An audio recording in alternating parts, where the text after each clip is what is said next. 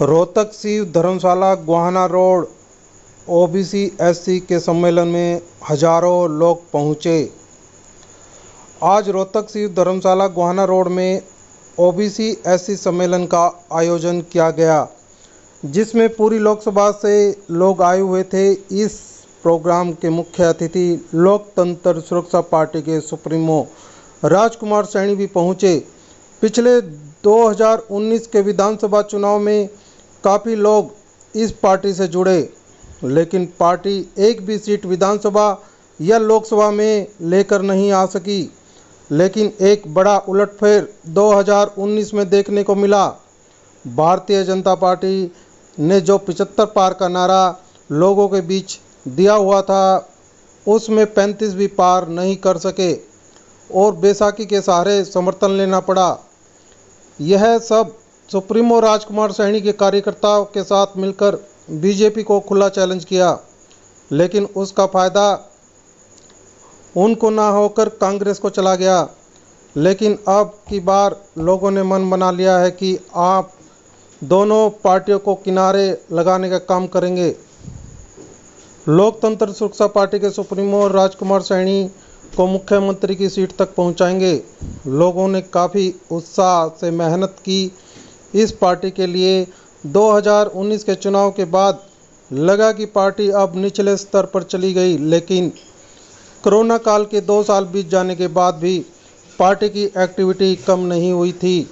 लेकिन लोकतंत्र सुरक्षा पार्टी ने आज यह साबित कर दिया कि पार्टी निचले स्तर पर बिल्कुल नहीं थी। इस शिव धर्मशाला में हजारों लोगों ने आकर जनसभा में उपस्थित लोगों ने यह साबित कर दिया कि लोकतंत्र सुरक्षा पार्टी 2024 में विधानसभा चुनाव में बढ़ चढ़कर भाग लेगी और लोगों को एक दिशा देगी। लोगों के हक मिल सके इस लोकतंत्र में, उन हकों को इस पार्टी के माध्यम से वापस दिलाएगी। सुप्रीमो राजकुमार सैनी ने 5 मुद्दों जो उन्होंने बताए: हर घर में एक रोजगार, मनरेगा को किसानों से जोड़ना, राज्यसभा को ख़त्म करना जो अंग्रेज़ों की देन है, इसके अलावा जनसंख्या पर नियंत्रण करना और सरकार से मांग की जनगणना जरूर करवाई की जा सके, क्योंकि जिसकी जितनी संख्या भारी उसकी उतनी राजनीति में हिस्सेदारी होनी चाहिए। इन मुद्दों को लेकर सुप्रीमो राजकुमार सैनी ने सैकड़ों लोगों को बताते हुए आगे आने के लिए प्रोत्साहित किया और पार्टी में लोगों को आने के लिए निमंत्रण भी दिया। जाएंगे ऊपर के नहीं आ सकते, लेकिन बाबा साहब भीमराव अम्बेडकर ने कहा था, बाबा साहब भीमराव अम्बेडकर ने स्वर्ण अक्षरों में लिखा था कि अंधविश्वास सिर्फ 2000 ईस्वी तक है। 2000 ईस्वी 2000 जब 20वीं सदी तक अंधविश्वास चलेगा।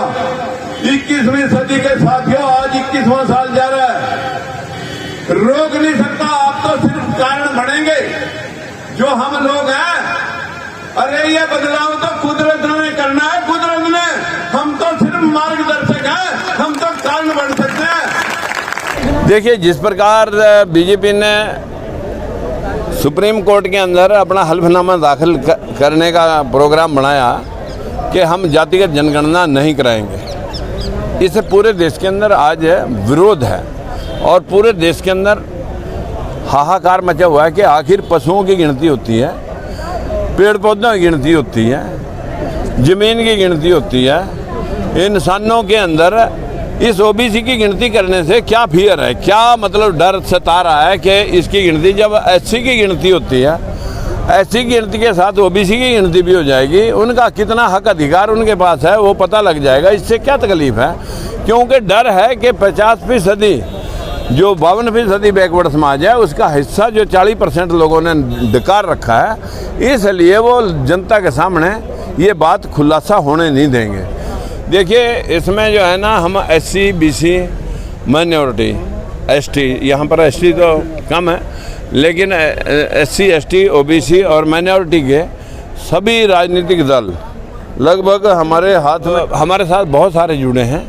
उन सब लोगों ने 21 पार्टियां मुसलमानों की थी और इसी तरह 10-12 पार्टियां एससी भाइयों की थी और 10-12 पार्टियां हमारे साक्या मौर्य कुशवाहा समाज की थी और 10 पार्टियां पाल बघेल कश्यप प्रजापतियों की थी। हमारे इस महागठबंधन में हैं और भी बहुत सारे लोगों के प्रस्ताव हैं कि भी हम भी साथ काम करना चाहते हैं। जो वो रुझान मिला तभी तो लोगों ने राजकुमार सैनी को बीजेपी की बी टीम को घोषणा करने की प्लानिंग स्टार्ट कर दी अब से पहले, क्योंकि हरियाणा के अंदर भी बीजेपी ने कहा हमारा ही है, हमारा ही है, ये तो हम ही ने छोड़ रखा। और अपने लोग बीजेपी के षड्यंत्रों को समझ नहीं सकते।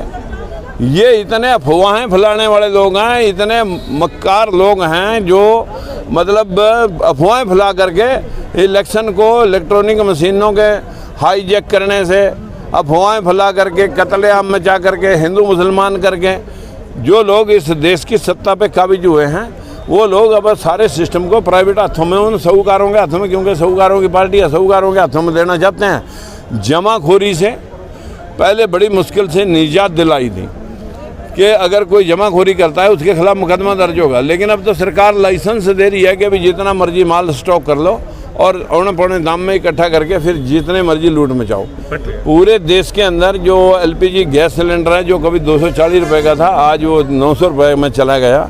इसी प्रकार से डीजल जो कल 50 रुपये था वो आज 80-90 रुपये 90 रुपये, और पेट्रोल 100 रुपये क्रॉस कर रहा है। इस व्यवस्था को लूटा इस ढंग से जा रहा है कि लोग सी भी ना करें और ये कहें कि भाई हमारे पर ब्लेम भी ना आए कि ये तो कंपनियां जो हैं ये तो उनके अधिकार क्षेत्र है। अगर कंपनियों का अधिकार, हमारी पार्टी इसमें रोज़ इसी तरह प्रोटेस्ट कर रही है और लोग जनता को रोज़ जागरूक कर रही है।